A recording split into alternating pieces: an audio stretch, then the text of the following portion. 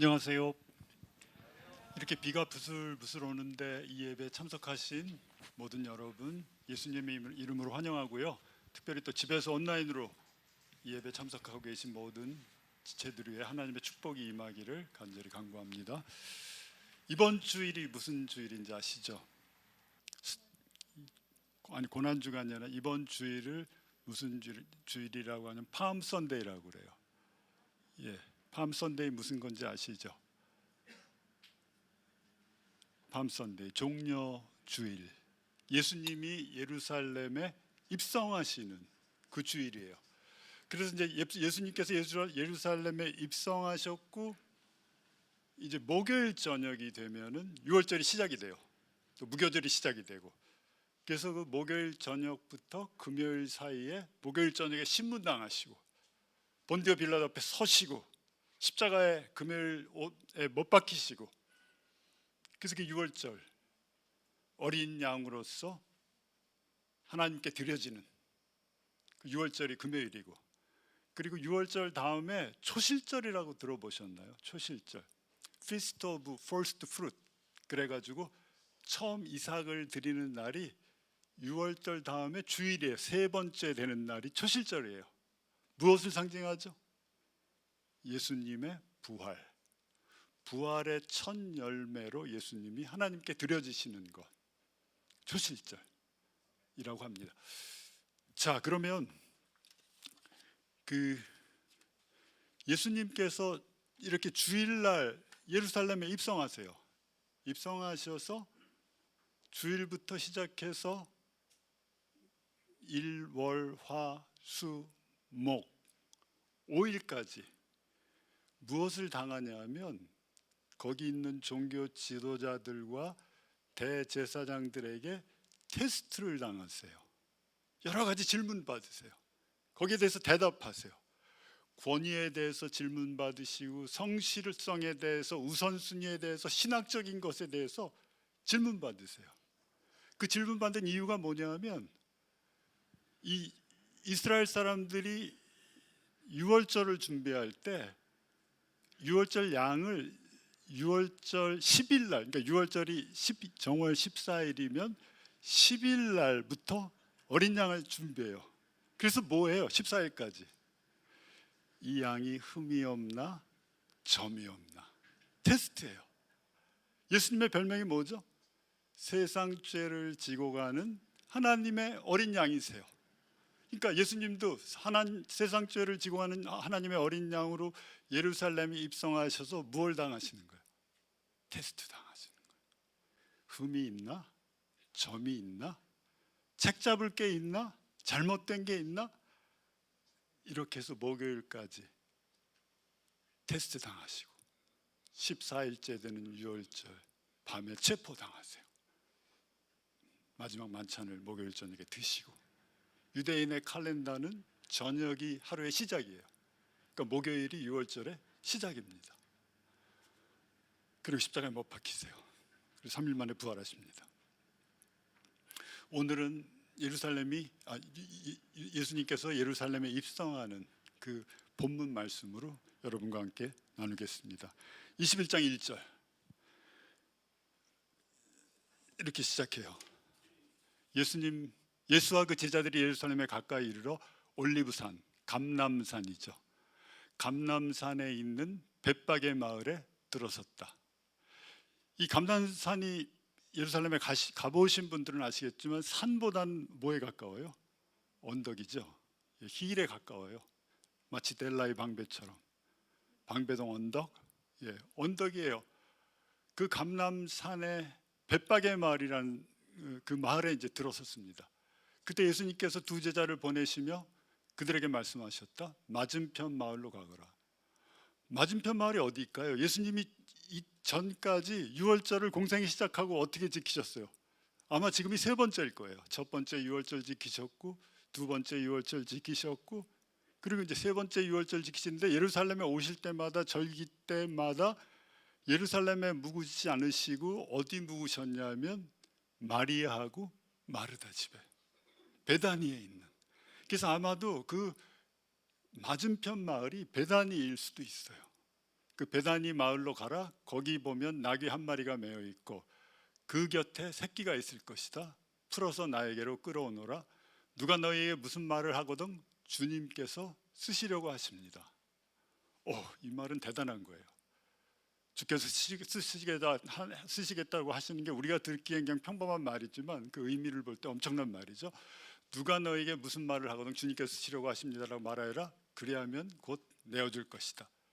그 다음 절, 이것은 예언자를 시켜서 하신 말씀을 이루려는 것이다. 스가랴서에 나오는 예언이죠. 시온의 딸들에게 말하였다. 보아라, 내 임금이 내게로 오신다. 그는 온유하시어 나귀를 타셨으니 어린 나귀 곧 멍에 매는 짐승의 새끼다. 제자들이 가서 예수께서 지시한 대로 어미 나귀와 새끼 나귀를 끌어다가 그 위에 겉옷을 얹으니 예수께서 올라타셨다. 이 큰 무리가 자기들의 겉옷을 길에다가 폈으며 다른 사람들은 나무까지, 무슨 나무예요? 종려나무, 우리말로 얘기하면 뱀추리, 야자수나무, 그 잎을 꺾어다가, 나무까지 잎을 꺾어다가 길에다 폈고 그걸 흔들면서 새끼 나귀를 타고 예루살렘에 들어오시는 그 예수 그리스도를 환영했습니다.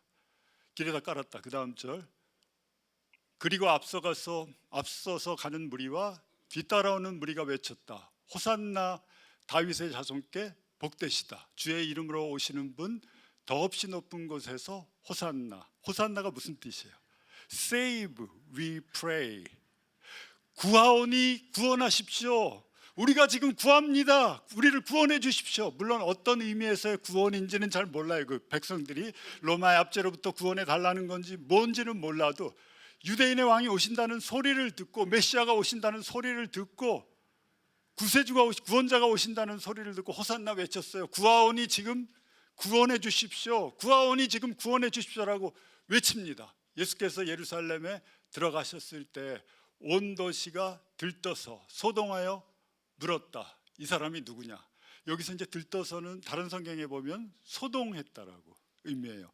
소동했다는 게 헬라 말로 사이오예요. 사이오는 어떤 의미냐면 이렇게 막 크게 흔들리는 거예요. 마치 지진이 일어났을 때 땅 전체가 막 흔들리듯이 그렇게 흔들리는 게 소동했다라는 의미예요. 예루살렘 성 전체가 큰 지진이 난 것처럼 막 흔들렸어요. 무엇 때문에? 이 사람들이 소리치고 외치고 호산나라고 웰컴하고 하는 그 엄청난 동요 때문에 흔들렸어요. 그러면서 이 사람이 누구냐 대체? 11절에 사람들은 그가 갈릴리 나사렛에서 나신 예언자 선지자 예수라고 말하였다. 이게 본문 말씀이에요. 그 나귀 새끼를 탄 예수님께서 예루살렘에 들어가실 때 엄청나게 환영받으세요. 마치 어떻게 해요? 도시 전체가 흔들린 것처럼, 큰 지진이 난 것처럼 환영을 받으시면서 들어가십니다. 오늘날 이런 환영 누가 좋아하죠? 정치하는 사람들 좋아하죠. 정치하는 사람은 어떻게 하든지 자기를 알리려고 애써요. 자기가 가는 곳에 카메라맨들이 쫙 와 있고 기자들이 쫙 와 있고 자기를 좀 더 내세우고 자기를 좀 더 드러내고, 그렇게 정치가들이 원하는 환영을 예수님께서 이때 받으셨어요. 사람들이 어떻게 해요? 종려나무가지를 흔들고 길에 깔고 겉옷을 벗어가지고, 겉옷이라는 게 너무 중요하거든요. 가장 중요한 옷인데 그걸 벗어서 길에다 폈어요. 예비했어요. 호산나 호산나, 주님의 이름으로 오시는 이여 높은 곳에서 호산나 하더라. 주님을 환영했습니다. 그러나 예수님은 정치가가 아니셨어요. 예수님은 이전까지는 이렇게 사람들이 환영하고 자기를 높이려고 할 때 어떻게 하셨죠? 거부하셨어요. 아무한테 얘기하지 마. 사람들이 자기 바지 붙잡고 이러면 어떻게 했어요? 조용히 떠나서 혼자 가서 기도하셨어요. 사람들에게 주목받는 것을 피하셨어요.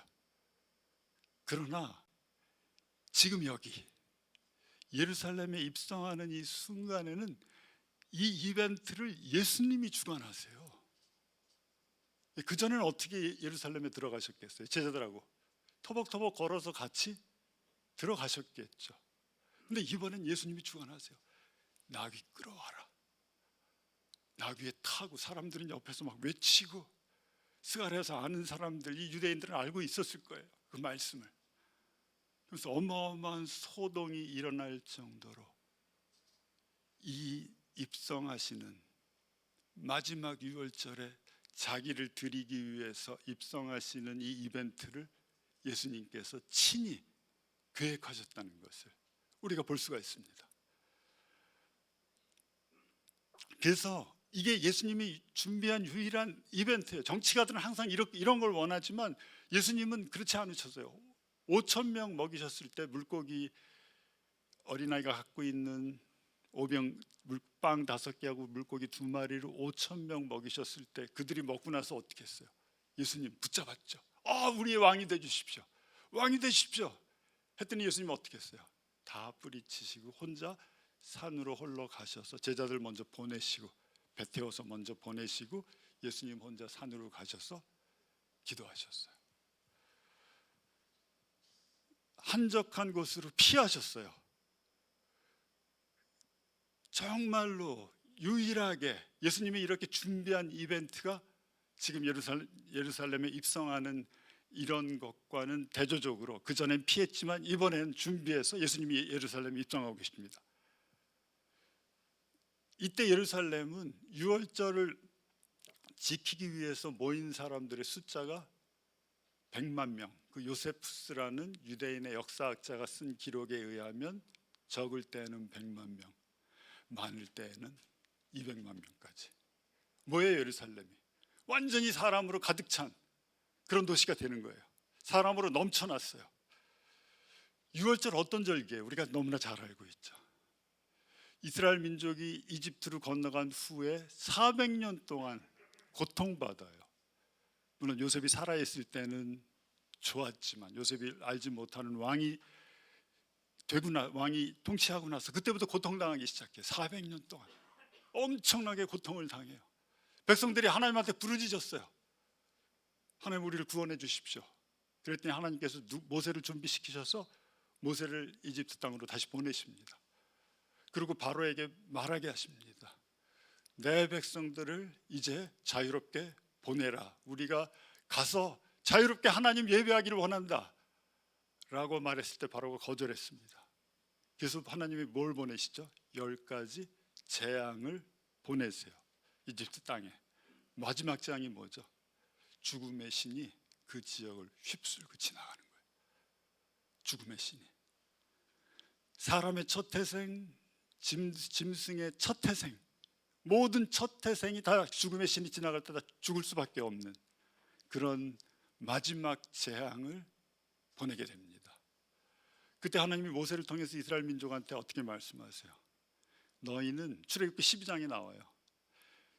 그달 10일째 되는 날 어린 양을 준비해 뒀다가 14일째 되는 날 어린 양을 잡아서 그 피를 문설주와 문인방에 바르라. 그러면 죽음의 신이 너희를 넘어가서 너희에게 그 재앙이 임하지 아니하리라. 죽음의 신이 이렇게 패스 오버하는 거예요. 유월해가지고 그 재앙이 이스라엘 민족에게는 임하지 않는. 그게 유월절 엄청난 거죠. 그리고 이제 자유롭게 이집트를 떠날 수 있게 됩니다. 구두끈 매고 허리끈 차고 부풀지 않은 빵 무교병을, 그래서 그 유월절에 있는 그 한 주간을 무교절이라고 불러요. 왜냐하면 무교빵을 먹어야 빨리 떠날 수 있으니까, 이집트를 벗어날 수 있으니까. 그렇게 해서 이집트를 떠나서 하나님이 인도하시는 약속의 땅으로 이스라엘 민족들이 향하게 됩니다. 여기서 피, 어린 양의 피, 문지방과 문설주에 바른 기둥과 위에 임방에 바른 이 피, 무엇을 의미하죠? 십자가에서 흘리신 예수님의 보혈이에요. 그 피예요. 그 예수 그리스도의 피를 상징하고 있어요. 우리도, 저와 여러분도 우리 마음의 문에 기둥과 임방에 그 예수님의 피가 칠해져 있으면 어떻게 돼요? 죽음이 우리를 넘어갑니다. 물론 육신은 죽어요. 육신이 죽을 때 보면 참 고통스럽죠. 육신은 죽지만 나는 어떻게 돼요? 내 영혼은 죽지 않아요. 영원히 천국에 가서 영원히 주님과 함께 사는 거예요. 예수님의 피가 발라졌기 때문에 죽음의 신이 나를 건들지 못해요. 이것이 유월절의 의미예요. 유대인들은요, 레위기에 보면은 남자들은 꼭 절기 3개는 꼭 지키라고 말씀하고 계세요.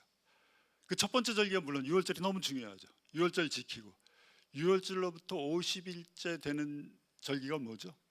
오순절이에요. 그래서 성경에서 다른 말로 뭐라고 얘기하면 77절이라고 돼요. 77에 49 오순절.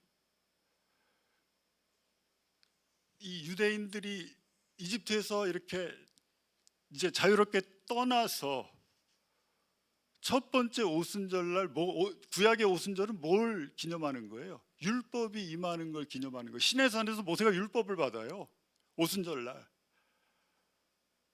시내산에서 모세가 율법을 받았을 때 몇 명이 죽죠? 밑에서 막 난리 났죠. 모세 안 내려온다고, 더디 온다고. 우리 리더가 올라가더니 안 온다, 더디 온다. 그래서 뭐 만들었어요? 금붙이 모아가지고 금송아지 만들어서 그 앞에서 경배하고 춤추고 난리 났어요. 율법이 오던 날 이스라엘 백성들이 3,000명이나 죽어요.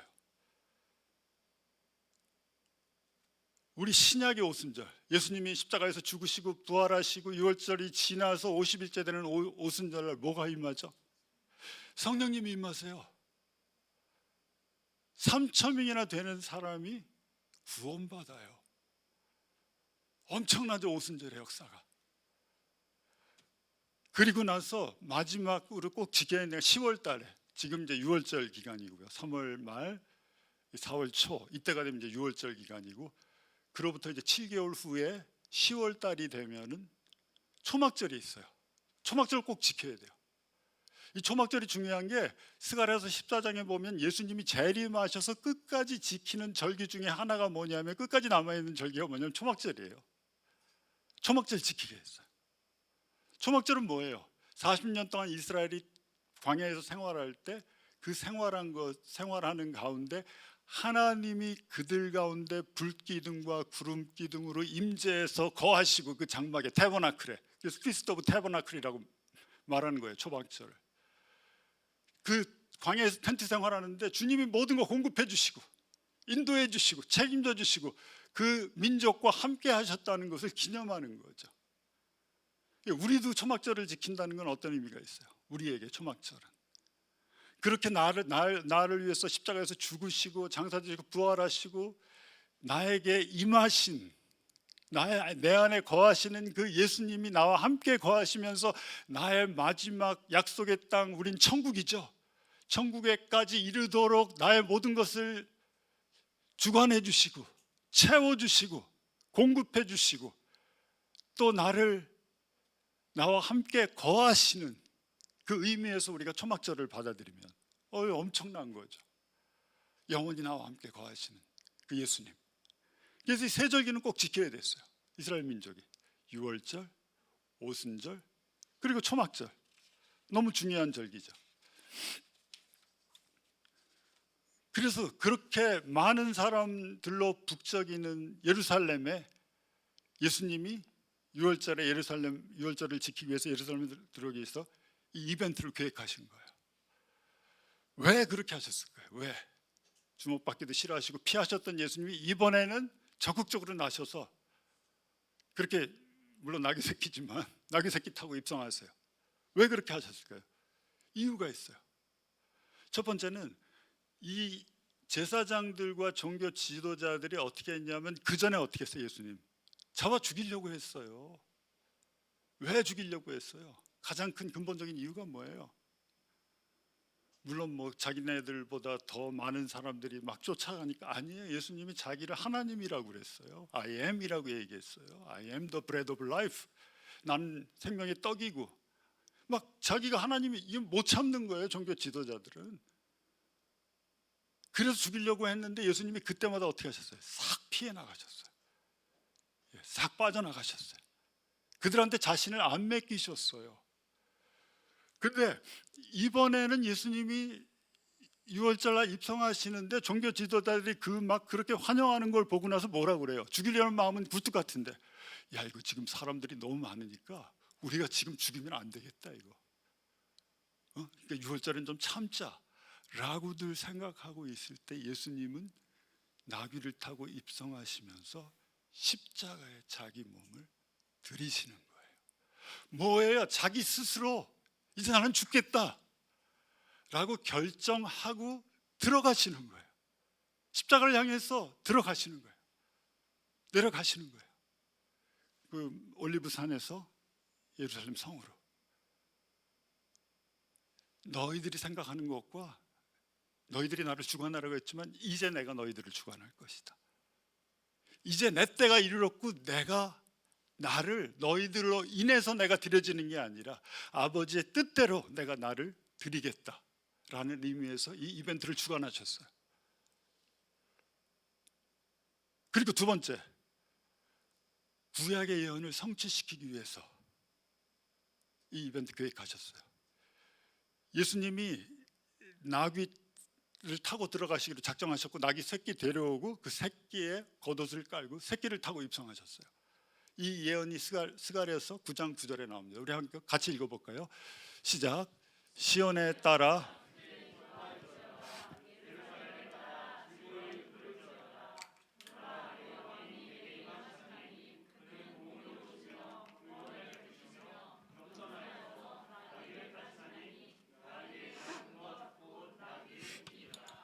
네, 이게 이 사건이 일어나기 예수님이 나귀 새끼 타시기 전에 400년, 450년 전에 이미 스가랴 선지자를 통해서 예언된 말씀이에요.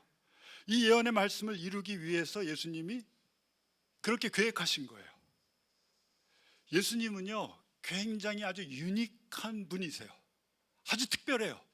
다른 어떤 종교의 지도자들이나 리더들이 가지고 있지 않은 걸 가지고 계세요. 뭔죠? 예언을 성취시키는 분이에요. 다른 종교에서 예언이 없어요. 예언이 있고 그것이 이루어진 게 다른 종교에서는 볼 수가 없어요. 근데 예수님은 구약에서 예수님에 대해서 예수님이 어떤 일을 할 것인가, 어떤 분이시고 어떻게 올 것이고 어떻게 죽임당하시고 할 거라는 게 300번 이상 예언되어 있어요. 그거를 다 예수님께서는 이루셨어요. 그 시대마다 다르게 써진, 같은 사람이 쓴 것도 아니고 여러 다른 저자, 이사야, 시편 기자들이 쓰고 여러 다른 기자들이 쓴 300번 이상이나 되는 예언이 한 사람한테 맞을 확률은 없어요. 전혀. 무슨 의미예요? 전능하신 하나님이 주관하셨다는 거예요. 아버지의 뜻 안에서 모든 것이 이루어진다는 거예요.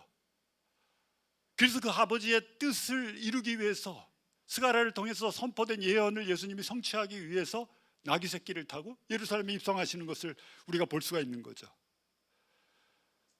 이 성경책은요 우리도 계속 지금 읽고 있지만 이거는 여기는 거의 4분의 1 이상이 예언이에요. 다 이루어졌어요. 마지막 한 개 안 이루어진 게 뭐죠? 예수님이 다시 오시는 거예요.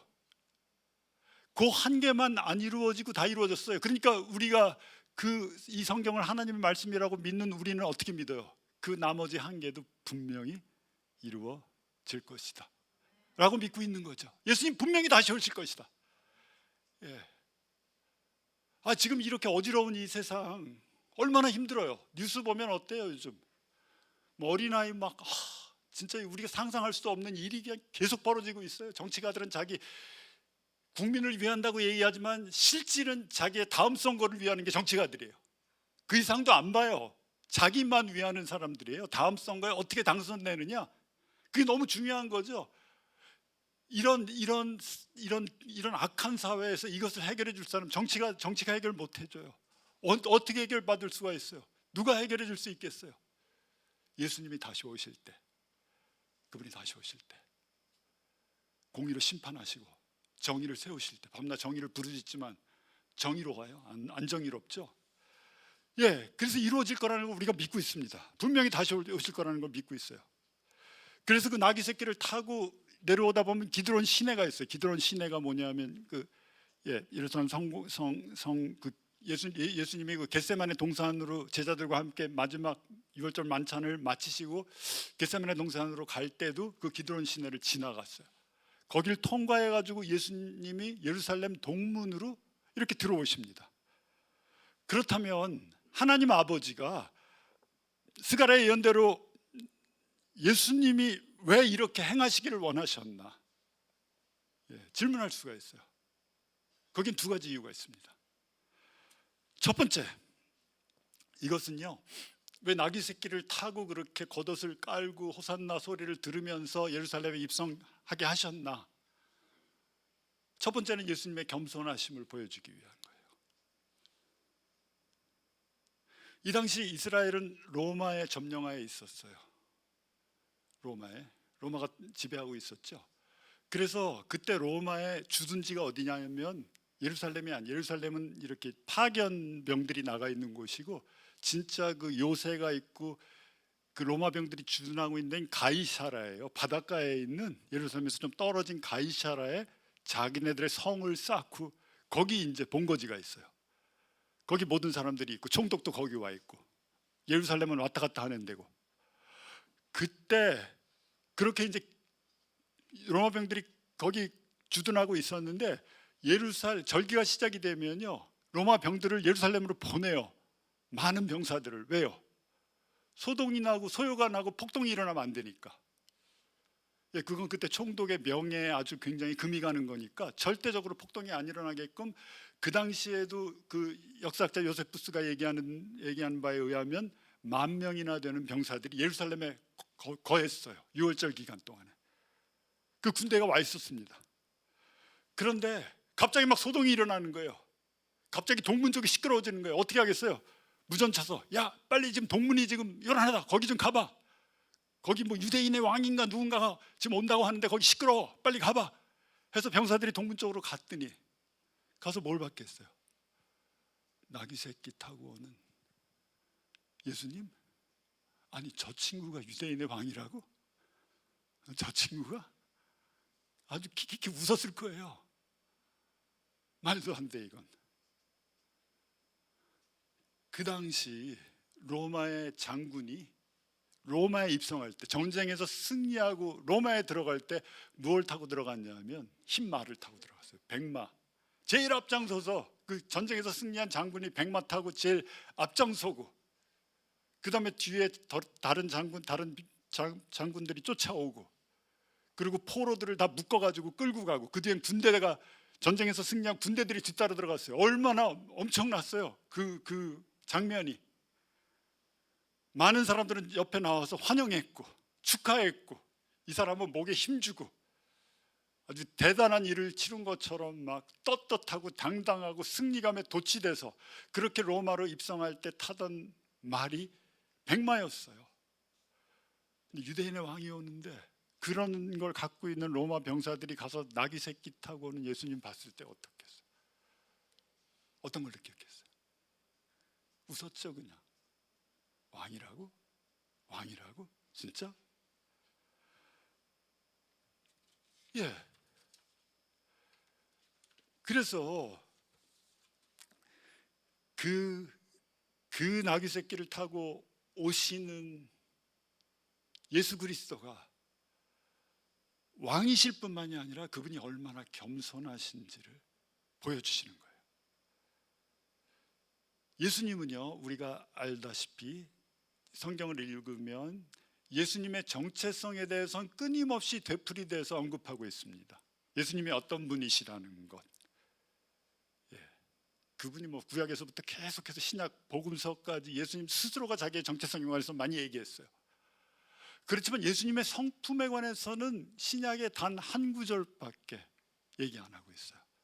우리가 아는 마태복음 11장 29절 말씀, 28절, 수고하고 무거운 짐진 자들아 다 내게로 오라, 내가 너희를 쉬게 하리라. 내 마음이 온유하고 겸손하니 내 멍에는 가볍다 라고 말씀하죠. 누군지 내 멍에를 메고 내게 와서 배우라. 그러면 너희 마음이 쉼을 얻으리라. 예수님이 자기를 표현하는 것 중에 단 한 자기 성품을 표현한 게 뭐냐면 온유하고 겸손하신 분이에요. 예. 그래서 그 예수님을 보여주는 게 나귀 새끼 타고,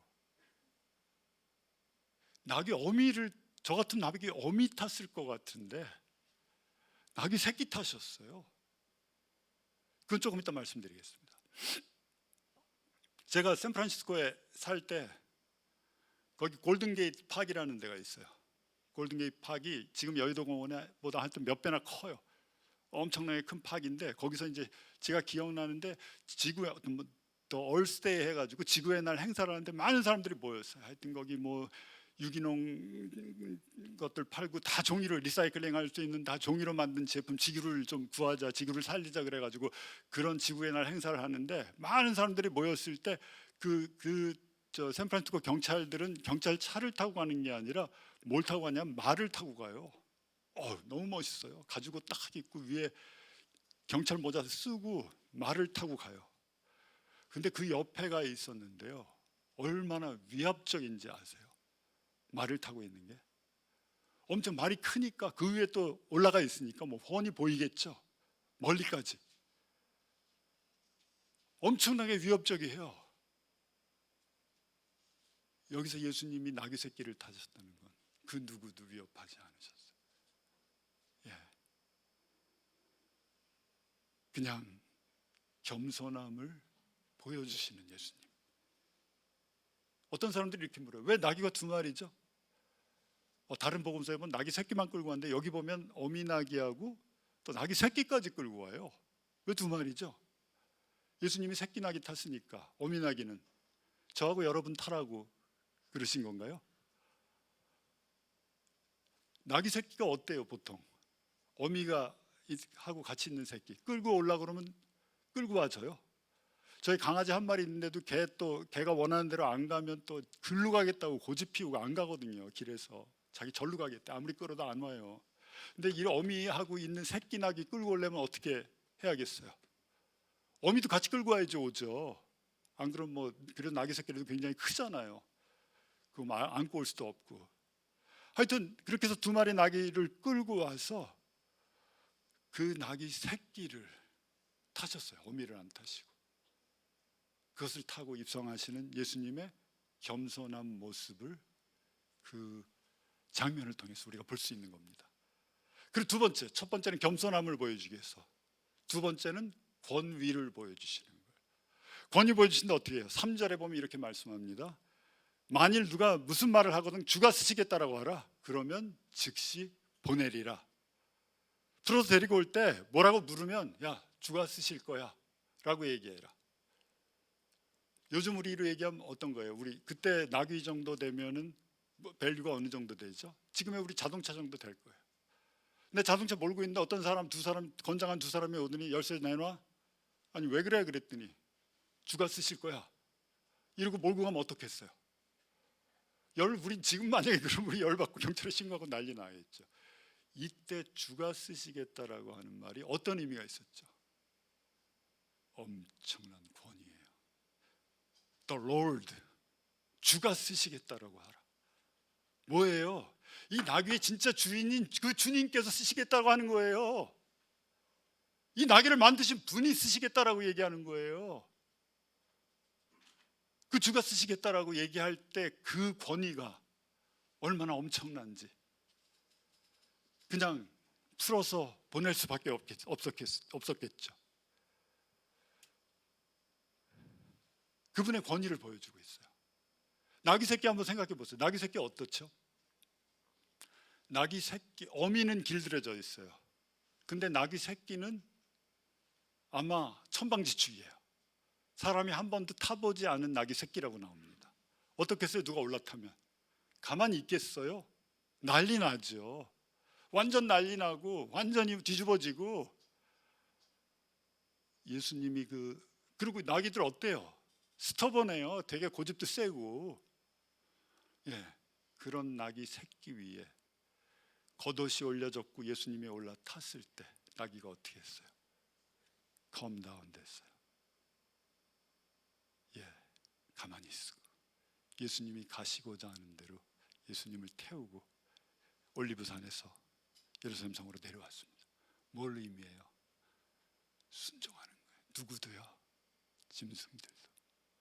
예수님이 그 제자들하고 있을 때 배 뒤편에서 이렇게 배 타고 가다가 주무시고 계시는데 막 풍랑이 일어나고 폭풍이 일어났을 때 예수님 깨워서 주님 우리 죽게 됐나이다 할 때 예수님이 어떻게 하세요? 잠잠하라 했더니 바람과 파도가 잠잠해요. 제자들이 뭐라고 그래요? 이분이 누구기에 바람과 파도까지도 순종하는 거 권위가 있으세요. 시편 8편에 이렇게 말씀하고 있습니다. 우리 한번 같이 읽어보겠습니다. 시작. 주의 손으로 만드신 것을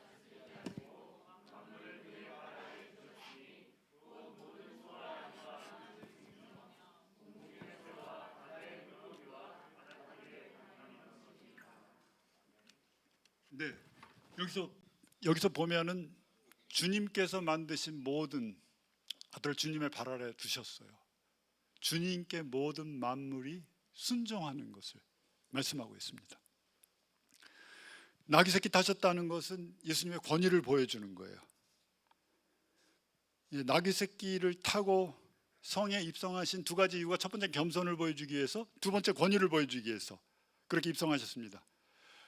이 말씀이 우리한테 주는 교훈이 있어요. 뭐죠? 겸손과 권위. 이걸 보여주기 위해서 나귀 새끼 타고 입성하셨는데 우리가 어떤 걸 받을 수가 있죠? 어떤 걸 우리한테 이렇게 끌어서 적용할 수가 있죠?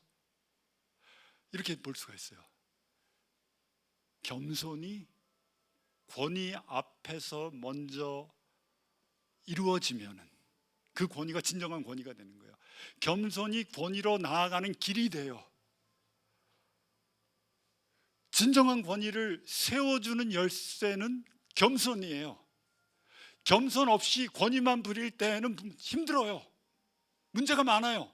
그렇죠. 먼저 겸손하고 겸손이 권위보다 먼저 앞서 나가서 권위가 이루어질 때 그 권위는 어떤 권위가 돼요? 정말 따라가는 권위, 존중하는 권위, 존경받는 권위가 되는 거예요. 보세요. 그래도 나는 그런 권위하고는 상관이 없는 사람인데요.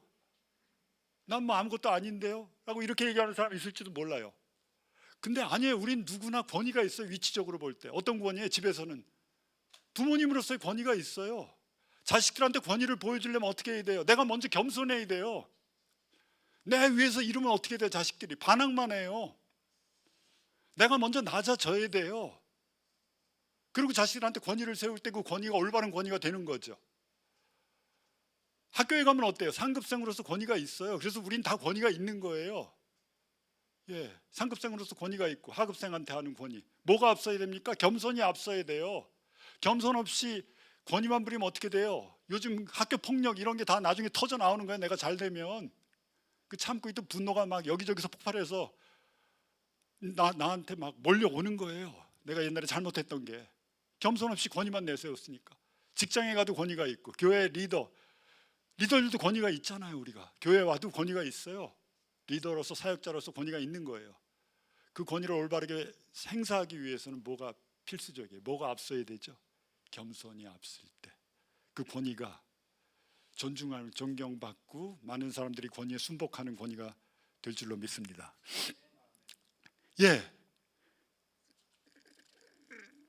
그래서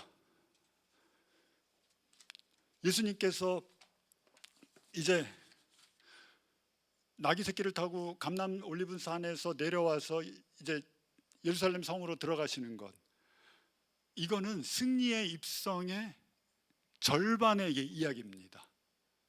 무슨 얘기죠? 아니, 승리의 입성의 절반밖에 안 돼요. 또 다른 절반의 이야기가 남아 있어요.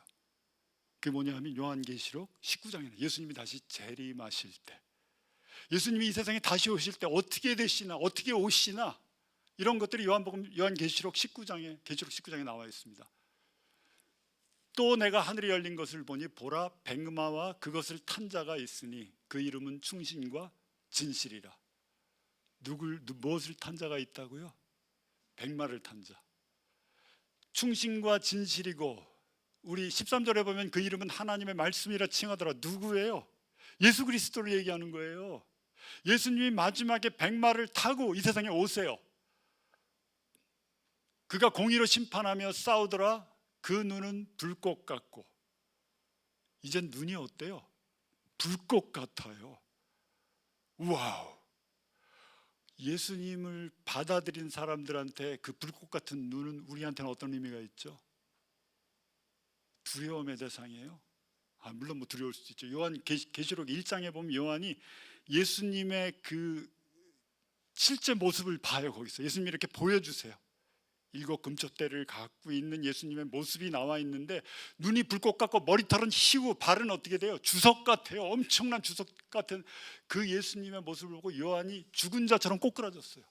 너무너무 막강해서, 너무너무 위대해서 그냥 죽은 자처럼 꼬꾸라졌다라고 나와요.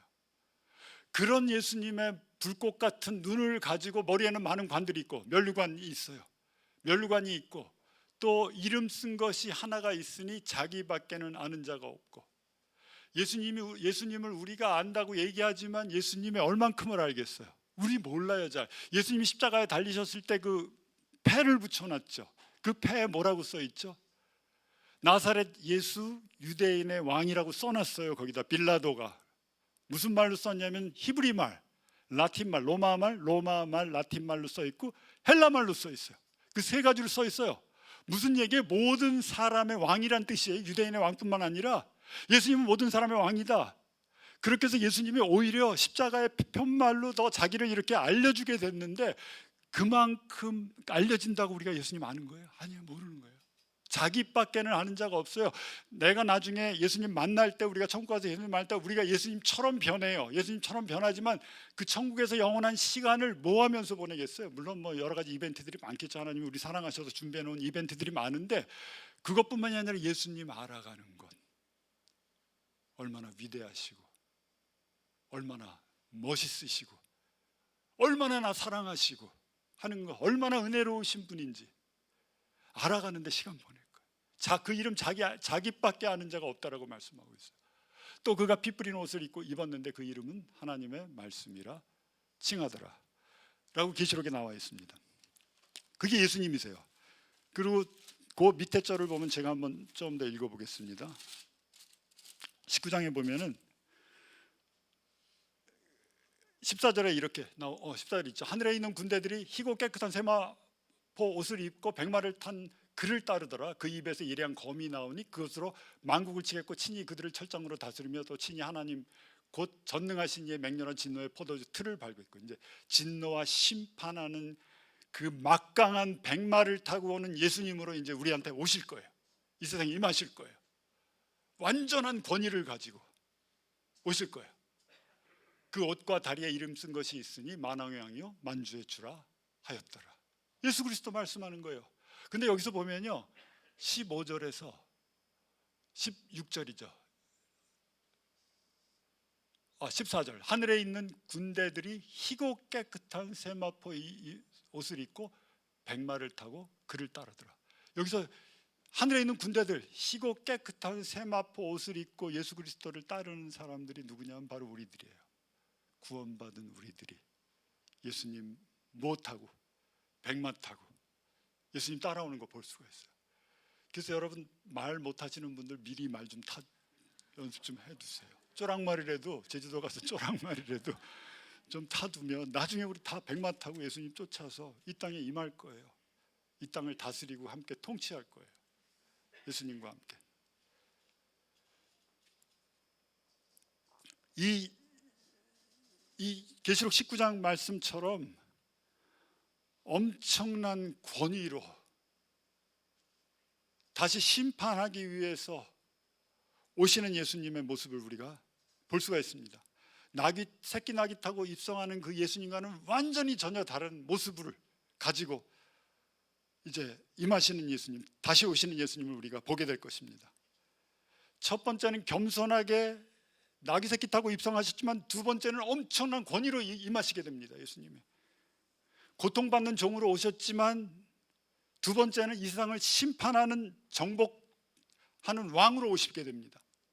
세상 죄를 지고 가는 어린 양으로 죽임당하셨지만 두 번째 오실 때에는 이 세상을 통치하는 사자로 오시게 됩니다. 라이온으로.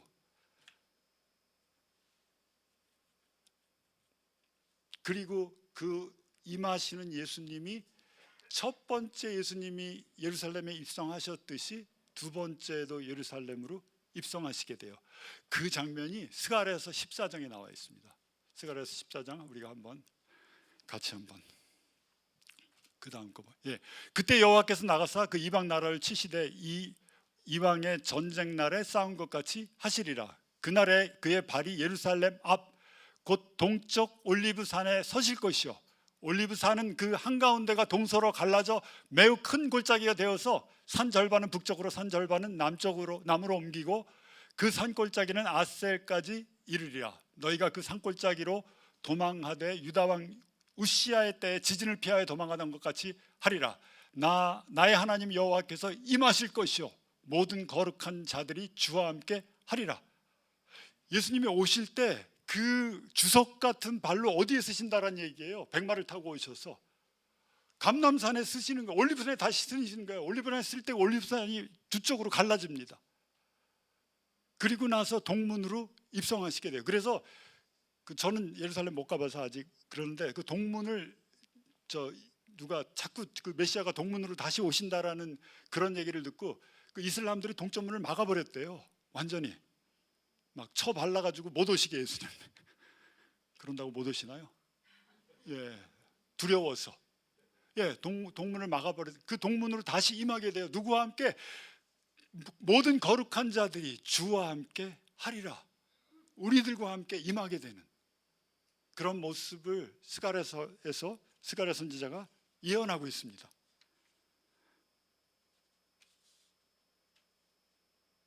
먼저 우리를 구원하기 위해서 나귀 새끼를 타고 오셨고 십자가까지 낮아진 예수님께서 이제는 백마 타고 완전한 권위를 가지고 오셔서 이 세상을 심판하시고 하나님 나라를 이 땅 위에 실현시키실 거예요. 그분이 다시 오셔서 예루살렘 동문으로 입성하실 때 이때가 진정 승리의 입성이 완성되는 거예요. 예, 이때가 진정 승리의 입성, 나머지 절반 그게 완성이 되는 거예요. 모든 민족이 그 앞에 와서 무릎 꿇을 거예요. 초막절 지킬 거예요. 거기 무릎 꿇지 않는 민족들 큰 흉년을 경험하고 엄청난 고통을 경험할 거예요. 정말로 엄청난 이 승리의 입성을 우리가 보았고 앞으로 보게 될 것입니다. 자, 그러면 이제 이렇게 질문할 수 있어요. 우리가 이거 어떻게 받아들여야 되죠? 이것이 우리에게 주는 의미가 뭐죠?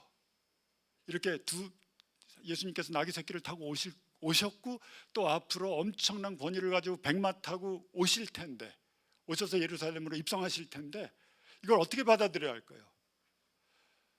자, 이렇게 받아들일 수가 있어요. 나를 사랑하셔서 십자가에서 죽기로 작정했고 나귀 타고 입성하신 그 예수님을 내 마음속에 받아들이지 않으면, 그 미리 오신 예수님을 내가 받아들이지 않으면요, 내가 꼭 백마 타고 심판주로 오시는 예수님을 두렵고 테리파이된 마음으로, 그 눈으로 예수님 보게 될 거예요. 나한테 엄청난 심판이 임하는 것을 내가 경험하게 될 거예요. 그 첫 번째 오신 예수님을 내 마음속에 받아들이지 않으면 두 번째 심판주로 오시는 그 예수님의 심판 가운데 내가 거하게 될 거예요. 우와, 무시무시한 얘기예요.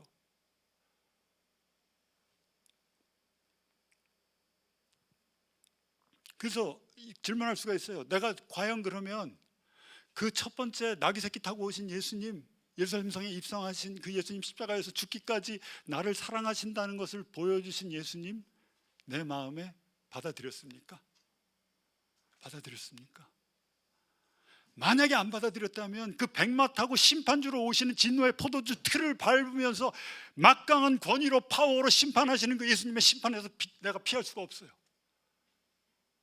그래서 저는 오늘 이 예배를 통해서 그 예수님 아직 받아들이지 않고 그래도 내가 그렇게 생각하지 않는데 라고 생각하시는 분이 있으면 오늘 예수님 앞에 나와서 호산나라고 외쳐보세요. 호산나, 지금 구원하소서, 기도하오니 구하오니 나를 구원하소서 라고 호산나 할 때 예수님 만나 주실 거예요. 예수님 우리 각자를 너무너무 사랑하세요. 우리 죄로부터 영원한 죽음으로부터 우리를 구원하시기 위해서 이렇게 낮아지셔서 오신 거예요. 십자가로 가시기 위해서 입성하신 거예요. 나귀를 타신 거예요.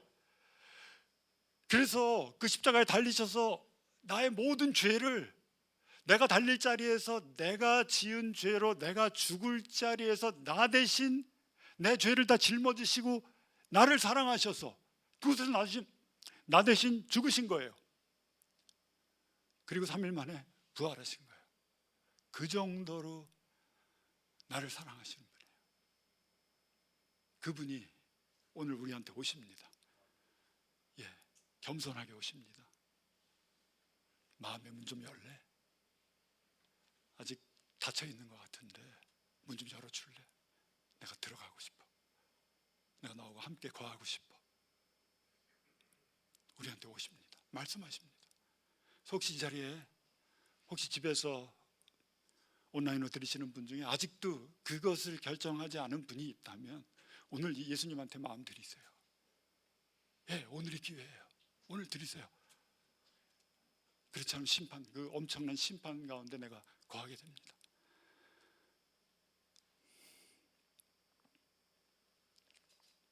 그분 받아들이셨어요. 만났어요. 그분의 피가 내 마음의 문설주와 문인방에 칠해져 있습니까? 그분이 나와 함께 영원히 거하십니까? 지금 마음속에? 그 마지막 날이 오면 그럼 기대하세요. 마지막 날이 오면 내가 그분과 함께 백마를 타고 다시 옵니다. 그래서 먼저 백마 타기 전에 뭐 타야 된다고요? 낙이 타야 돼요. 우리가 뒤에 예수님이 준비해 놓으신 큰 어미낙이 먼저 타야 돼요. 그거 타시란 얘기예요. 먼저. 그럼 백마 타게 돼요. 백마만 타시려고 하지 말고 김정은이처럼 그 친구가 백마 타고 이렇게 멋있게 그 권위 나타내는 거잖아요. 그래서 정말 우리가 간절히 이제 다시 오시는 예수님을 사모해야 돼요. 그게 언제 올지 몰라요. 이제 정말 우리가 말세에 살고 있어요. 굉장히 가까이 와 있습니다. 예수님의 재림이 임박해 있어요. 요즘 많이 재림 얘기 많이 안 해요. 뭐 현실도 이렇게 복잡하고 힘든데 뭐 재림 얘기까지 해봐요. 이것도 얼마나 더 복잡해져. 아니야, 재림은 심플한 거예요. 약속하셨어요. 그러니까 오시는 거예요. 다시 그 약속 한 가지만 안 이루어졌어요. 그래서 오실 거예요. 그 오실 때 우리가 그분과 함께 공중에 들림받고, 교회가 공중에 들림받고 그분과 함께 이 세상에 함께 내려와서 거룩한 자들이 주와 함께 와서 예수님과 함께 이 땅을 다스리고 통치할 거예요. 기대하세요. 그리고 간절히 사모하세요. 그날이 오기를 사모하세요. 그렇게 될 때 우리가 그날을 사모하면서 아직도 낙이 타고 오신 예수님을 믿지 않는 사람들에게 가서 예수님 이런 분이셔. 지금이 아직 기회야. 아직 구원의 문이 열려 있어. 하나님이 너를 위해서 큰 계획을 갖고 있어. 너한테 주시는 엄청난 은혜로 주시는 선물이 있어. 예수님이 다 이루어 놓으신 거야 라고 좋은 소식을 그들에게 전하면서 다시 오실 주님을 간절히 사모할 때 우리의 삶을 통해서 주님의 영광이 더 드러나게 될 줄로 믿습니다. 같이 이제 같이 찬양하시면서 나가시겠습니다. 다 같이 일어나셔서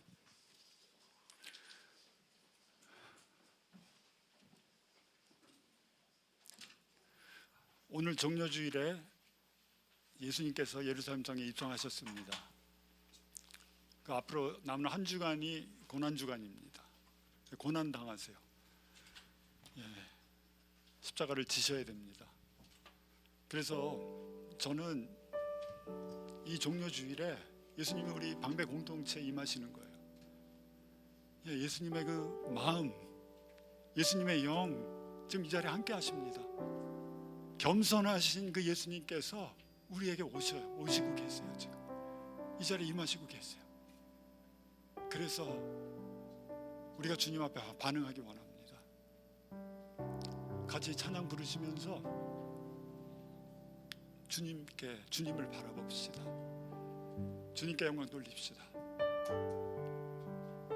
주님을 구합시다. 사모합시다. 마음의 문을 열고 주님을 맞아드립시다. 구하오니 구원하소서라고 주님 앞에 고백합시다. 그러면서 이 찬양 부르시면서 함께 나가시겠습니다.